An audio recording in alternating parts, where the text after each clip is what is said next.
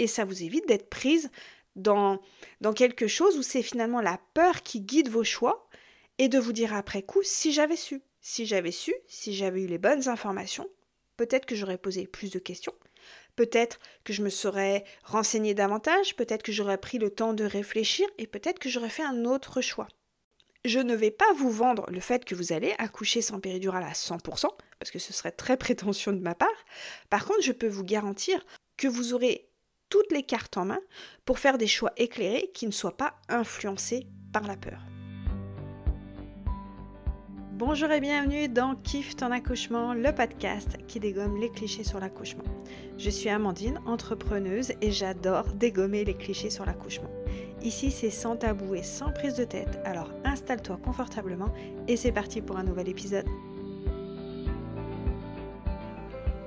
Bonjour et bienvenue, je suis ravie de vous retrouver pour un nouvel épisode de Kiffe ton accouchement. Et cette semaine, je vais vous partager les 3 raisons de ne surtout pas attendre les préparations à l'accouchement, encore plus si vous souhaitez accoucher sans péridurale. Alors je pense que ça c'est la plus grosse erreur que font la plupart des femmes, c'est de tout miser sur les préparations à l'accouchement. Et je tiens quand même à préciser que derrière ça, il n'y a aucun jugement de ma part. J'ai fait partie de ces femmes qui ont attendu les préparations à l'accouchement. Mais plus finalement une mise en évidence sur le fait que toute notre société, tout est fait pour nous faire penser qu'on n'est pas vraiment actrice de notre grossesse et de notre accouchement et qu'il faut attendre des cours de préparation. Je mets des grosses guillemets sur le mot cours de préparation parce que même là derrière ce terme, je trouve qu'il y a le sous-entendu qu'il faut apprendre quelque chose. Et beaucoup de femmes, en fait, attendent vraiment les préparations à l'accouchement en se disant c'est à ce moment-là que je vais avoir les infos, c'est à ce moment-là que la sage-femme va me dire comment je vais accoucher, qu'est-ce qu'il va falloir que je fasse. Derrière ça, moi, je sens même un petit peu le syndrome de la petite fille sage. Je ne sais pas si vous voyez ce que je veux dire. Un petit peu comme si il y avait des cours, qu'il fallait qu'on prenne des notes, qu'on écoute gentiment ce que la sage-femme va nous dire et surtout qu'on y mette gentiment en application le jour de l'accouchement. Et je trouve qu'en fait, ça résume bien finalement ce conditionnement de toute notre société qui a autour de l'accouchement sur le fait que peut-être qu'il y aurait quelque chose à apprendre, donc sous-entendu, vous ne savez pas accoucher, c'est faux, et qu'il faut que la connaissance vienne de la part d'une personne qui a autorité, qui a un diplôme médical, qui potentiellement pourrait mieux savoir que vous le jour de l'accouchement. Et d'attendre vos préparations à l'accouchement, c'est dangereux, surtout si vous voulez accoucher sans péridurale, parce que finalement, vous passez à côté de plusieurs semaines où vous auriez pu aller chercher de l'information, où vous auriez pu commencer à faire ce travail de cheminement, de déconstruction, peut-être choisir une autre maternité, peut-être choisir d'autres soignants, parce que en attendant les préparations à l'accouchement, vous n'avez pas les informations à temps et vous êtes pris dans un système qui vous laisse penser que juste avoir votre suivi médical, avoir les échographies et avoir les préparations à l'accouchement suffisent. Et aujourd'hui, on sait que c'est totalement faux et que surtout c'est dangereux, surtout si on veut accoucher sans péridurale à la maternité, là où il y a énormément de protocoles. Autour de l'accouchement, il y a énormément de clichés, de fausses croyances. Et faire le travail de déconstruction et d'information le plus tôt possible dans votre grossesse vous permettra de sortir un petit peu de ce processus qui nous laisse penser qu'accoucher, c'est juste faire ce qu'on nous dit et faire ce qu'on nous a appris pendant les préparations à l'accouchement. Attendre d'avoir vos préparations à l'accouchement pour bien préparer votre accouchement encore plus sans péridurale à la maternité, c'est un petit peu comme si on décidait d'ouvrir nos bouquins au mois de juin pour préparer notre bac. On se rend bien compte que c'est trop tard, qu'on n'aura pas le temps d'aller se renseigner, qu'on n'aura pas le temps de cheminer, qu'on n'aura pas le temps d'emmagasiner plein d'informations. C'est trop tard. Et là, pour l'accouchement, c'est exactement pareil. Et là où c'est problématique d'attendre vos préparations à l'accouchement, c'est qu'il y a plein d'infos que vous devez savoir le plus tôt possible pour déjà bien choisir votre maternité. Et on est à un moment où choisir une maternité, ça se fait limite, parfois je sais qu'il y a des femmes qui me disent, limite avant d'être enceinte, elles se renseignaient sur la maternité. Donc attendre d'avoir vos préparations à l'accouchement, c'est passer après une masse d'informations hyper utiles et de vous retrouver à la fin de votre grossesse en vous disant mince, peut-être que je m'y suis prise trop tard. Donc, la première raison de ne pas attendre vos préparations à l'accouchement, c'est pour éviter d'avoir un accouchement trop médicalisé. 9 femmes sur 10 en France accouchent avec une péridurale. Toute notre société est pensée pour l'accouchement médicalisé. Si on regarde ce qui se passe dans d'autres pays, notamment dans les pays du Nord, on se rend compte que toute la société est orientée à accouchement naturel. Beaucoup plus de femmes accouchent à la maison. Beaucoup plus de femmes accouchent sans péridurale. Depuis toute petite, elles sont éduquées à l'idée qu'elles savent accoucher, qu'elles n'ont pas besoin d'être assistées, qu'elles n'ont pas besoin d'une médicalisation, que la médicalisation intervient uniquement s'il y a une vraie problématique. Et dans ce cas-là, ça prend tout son sens. Au repas de famille, si elles disent qu'elles veulent accoucher sans péridurale, c'est d'une banalité, personne ne va rebondir là-dessus. En France, absolument tout est médicalisé pour l'accouchement. La grossesse, déjà, on le voit bien, on est archi surveillé. Il y a des tests dans tous les sens, il y a des échographies, il ne faut pas prendre plus de temps de kilos. Et l'accouchement, c'est vraiment le summum de la médicalisation. On est arrivé à nous faire croire qu'une femme ne sait plus accoucher toute seule. Non seulement elle a besoin d'une aide médicale, mais en plus, elle a vraiment besoin, finalement, limite que les médecins fassent les choses à sa place, lui disent quoi faire. Donc, si vous attendez vos préparations à l'accouchement, pour préparer votre accouchement sans péridurale, et que vous tombez par exemple sur une sage-femme qui n'a pas fait tout ce travail et qui est persuadée qu'un accouchement c'est dangereux, qu'un accouchement c'est sécuritaire uniquement à la maternité, avec une péridurale, en étant allongé, en étant examiné régulièrement, en faisant exactement ce qu'on vous dit, vous allez arriver à vos préparations en vous disant « Ok, mais qu'est-ce que j'apprends finalement à ces préparations à l'accouchement ? À quoi est-ce qu'elles vont me servir ?» Le volet médical, il est important que vous le connaissiez. C'est important de savoir que, oui, un accouchement ne se passe pas comme prévu. Peut-être que vous allez avoir besoin de prendre la péridurale et dans ce cas-là, il va peut-être avoir d'autres actes médicaux qui vont être plus ou moins obligatoires, comme le fait d'être allongé, le fait d'avoir un monitoring, d'être examiné un peu plus souvent. Donc, la partie médicalisée, elle est importante d'être connue. Mais ça ne doit pas être au cœur de vos préparations à l'accouchement. Et c'est un petit peu ça le problème aujourd'hui, c'est qu'on a mis l'accouchement médicalisé au centre de tout. Et avec un peu de chance, peut-être que vous n'allez pas prendre la péridurale. Avec un peu de chance, peut-être que vous n'aurez pas d'épisiotomie. Avec un peu de chance, peut-être que votre accouchement va se passer rapidement. Et c'est là où j'ai envie de mettre la lumière sur remettre l'accouchement qui se passe bien au centre de tout, et peut-être, oui, parfois il y a besoin d'une médicalisation, et heureusement que la prise en charge médicale, elle est là. Mais c'est pas c'est pas ce qui devrait être au centre des préparations et de toute la vision globale de l'accouchement. En vous renseignant le plus tôt possible, vous aurez la chance de pouvoir bien choisir votre maternité. Vouloir accoucher sans péridurale dans une maternité qui est très médicalisée, qui déclenche facilement, qui pense qu'un bébé en siège, c'est forcément une césarienne, qu'un gros bébé ne pourra pas naître par voie basse, ça va vraiment compliquer votre projet sans péridurale. Et d'attendre vos préparations à l'accouchement pour vous rendre compte, à 7 mois de grossesse, que la maternité que vous avez choisie, vous avez peut-être galéré à trouver, elle est archi médicalisée, qu'on va encore vous empêcher de boire pendant votre accouchement, que vous n'aurez pas trop votre mot à dire sur quand est-ce qu'il faut pousser, que vous aurez une injection d'ocytocine de synthèse systématiquement, vous aurez très peu finalement de chances de pouvoir faire machine arrière et de trouver une autre maternité. C'est absolument pas impossible de changer de maternité, mais quand on sait que c'est compliqué de trouver une maternité, que les places sont chères, autant vous y prendre le plus tôt possible pour avoir la chance de comparer les maternités, de prendre rendez-vous, de poser des questions, de leur demander quelle est votre position par rapport à la péridurale. Je souhaite accoucher sans péridurale, est-ce que vous allez m'accompagner ? Est-ce que les sages-femmes sont formées ? Est-ce que vous avez une salle nature ? Petit disclaimer, c'est pas parce que votre maternité a une salle nature qu'elle est forcément formée à l'accouchement sans péridurale. Donc vous allez pouvoir poser vos questions, vous allez pouvoir vous renseigner sur les protocoles, savoir exactement ce que votre maternité va rendre obligatoire entre guillemets, sachant que rien n'est obligatoire, mais on sait que quand on est dans une maternité qui impose certaines choses, c'est aussi difficile de s'opposer à tout ça. Donc plus tôt vous allez vous renseigner, plus vous allez pouvoir choisir une maternité en accord avec votre projet sans péridurale. Et vous aurez donc moins besoin de négocier, de batailler, de vous opposer, de discuter pour faire entendre vos choix, parce que dans la maternité que vous aurez choisie, c'est plus ou moins leur protocole de base, et donc c'est logique de ne pas trop médicaliser votre accouchement.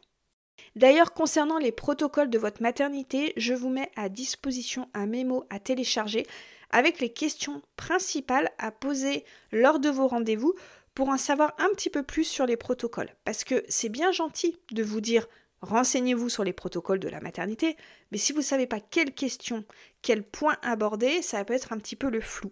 Donc là, je vous ai fait un mémo qui récapitule les questions qui, à mon sens, sont essentielles pour savoir si votre maternité, elle est plutôt à tendance physio ou médicalisée.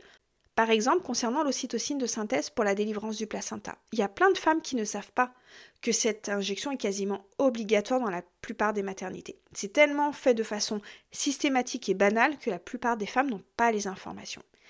Donc là, de voir ça, vous allez vous dire « Ah bon ? Mais qu'est-ce que c'est que cette injection d'ocytocine ? J'en ai jamais entendu parler. Tiens, je vais aller me renseigner. » Et vous allez vous dire « Tiens, je vais aller écouter l'épisode 28 de ce podcast » où je vous donne tout plein d'informations sur la délivrance du placenta, l'injection d'ocytocine, comment faciliter la délivrance et diminuer le risque d'hémorragie, parce que je sais que c'est quelque chose aussi des fois qui peut faire peur. Donc dans la description, je vous mets le lien pour aller télécharger le mémo avec les 25 questions à poser à votre maternité pour connaître leur protocole.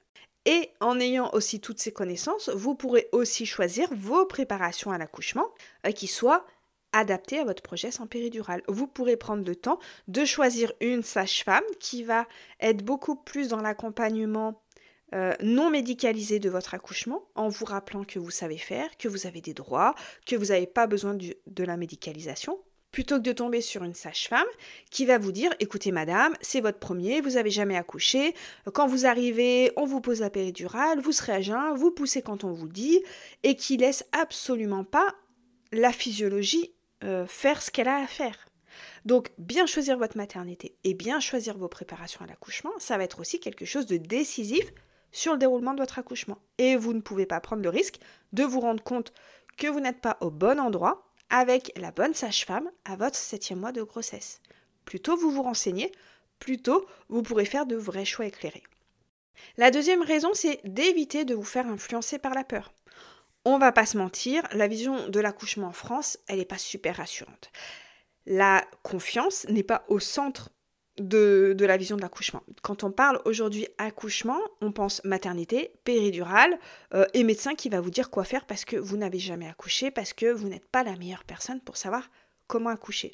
On est vraiment éduqué à voir l'accouchement comme quelque chose de médicalisé où la femme n'a pas son mot à dire. Et donc, si vous ne faites pas ce travail, vous, d'information, de connaissance, de réflexion le plus tôt possible, vous risquez de vraiment être influencé par tout ce que vous entendez sur l'accouchement, par tout ce que vous voyez, par les épisodes de Baby Boom qui vous laissent penser qu'un accouchement c'est comme ça et uniquement comme ça. Vous allez peut-être vous faire influencer par tous ces médias qui disent « Oh là là, la femme elle a accouché en dehors de la maternité, mon Dieu c'est quelque chose limite de dangereux » parce qu'on nous laisse croire que l'accouchement ça se passe d'une seule et unique façon. Plutôt vous vous renseignez, plutôt petit à petit vous allez changer votre vision, voir l'accouchement sous un nouveau prisme, vous rendre compte que non, tout ce qu'on veut nous faire croire, tout ce qu'on veut nous vendre autour de l'accouchement, c'est faux et qu'il y a une autre façon d'accoucher. Quand vous entendrez quelqu'un vous dire « Oh là là, tu vas accoucher sans péridurale, mais ma pauvre, t'es folle, tu vas souffrir », bah vous aurez les connaissances pour savoir que non, accouchement sans péridurale, ça ne veut pas dire forcément souffrance. Vous aurez suffisamment de confiance en vous et en votre corps pour pas que ce genre de réflexion vous atteigne ou vienne grignoter votre confiance. Quand vous serez face, par exemple, à un anesthésiste qui va vous dire « Vous savez, madame, si vous souhaitez accoucher sans péridurale et que vous devez avoir une césarienne, ce sera forcément une anesthésie générale et vous n'allez pas voir votre bébé. Vous voulez vraiment ne pas voir votre bébé ?» Je vous promets que c'est des choses qu'on entend encore. Et bien là, si vous avez les bonnes infos, vous aurez le recul nécessaire pour dire « Ok, moi je sais qu'aujourd'hui, les césariennes peuvent être faites sous rachianesthésie ou sous péridurale. Et donc, si j'ai pas de péridurale, ils auront le temps de m'en poser une. Et s'ils n'ont pas le temps de me poser une péridurale et que ça part vers une anesthésie générale, peut-être que même si j'avais une péridurale, cette anesthésie, elle aurait été nécessaire. Et ça vous permet encore une fois de ne pas vous faire influencer par tout ce que vous entendez, que ce soit dans votre entourage, que ce soit dans les médias, mais aussi dans le corps médical. Je sais que ça ne plaît pas quand je dis ça, mais c'est une réalité. Il y a énormément de soignants aujourd'hui qui sont formés, éduqués, conditionnés à voir l'accouchement comme quelque chose de dangereux qu'il faut systématiquement médicaliser et prendre en charge. Donc, vous allez croiser des soignants qui vont vous dire « Oh là là, madame, mais votre bébé, il est gros, on va vous déclencher 15 jours avant » et qui vont arriver à vous faire douter. Si vous avez les informations, la confiance, les connaissances, le soutien, vous serez en capacité de dire « Attendez, ok, j'entends ce que vous me dites, mais un gros bébé peut naître par voie basse. J'ai confiance en moi, j'ai confiance en la capacité de mon bébé à naître. Je sais que légalement, je peux refuser ce déclenchement. Donc, je vous remercie bien, mais je ne veux pas de votre déclenchement. » Et ça vous évite d'être prise dans quelque chose où c'est finalement la peur qui guide vos choix et de vous dire après coup, si j'avais su, si j'avais eu les bonnes informations, peut-être que j'aurais posé plus de questions, peut-être que je me serais renseignée davantage, peut-être que j'aurais pris le temps de réfléchir et peut-être que j'aurais fait un autre choix. Et c'est ça qui est vraiment important et c'est ça que moi j'ai vraiment envie de vous partager dans mes accompagnements dans la team, par exemple mon accompagnement de groupe pour celles qui veulent accoucher sans péridurale et dans mes programmes vidéo, c'est cette capacité à faire un vrai choix éclairé. Je ne vais pas vous vendre le fait que vous allez accoucher sans péridurale à 100%, parce que ce serait très prétentieux de ma part. Par contre, je peux vous garantir que vous aurez toutes les cartes en main pour faire des choix éclairés qui ne soient pas influencés par la peur. Donc là, je fais une petite parenthèse pour celles qui veulent accoucher sans péridurale et qui souhaitent être accompagnées, encouragées, comprises dans leur choix, parce qu'on sait qu'aujourd'hui, dire qu'on veut accoucher sans péridurale, c'est un petit peu être perché et inconsciente. Vous pouvez rejoindre mon accompagnement de groupe, la team, où vous serez entouré d'autres futures mamans qui ont le même projet que vous et surtout qui savent que c'est possible et qui vont vraiment, grâce à la force et le soutien de groupe, vous allez vraiment pouvoir aller le plus loin dans votre projet et surtout faire des choix éclairés. Je vous mets le lien en description pour avoir plus d'informations. Et la troisième raison de ne pas attendre les préparations à l'accouchement pour commencer à vous préparer, c'est pour gagner en confiance. La clé pour passer une grossesse sereine et pour faire que votre accouchement se déroule le mieux possible, c'est vraiment d'avoir confiance en vous, en votre corps et en votre bébé.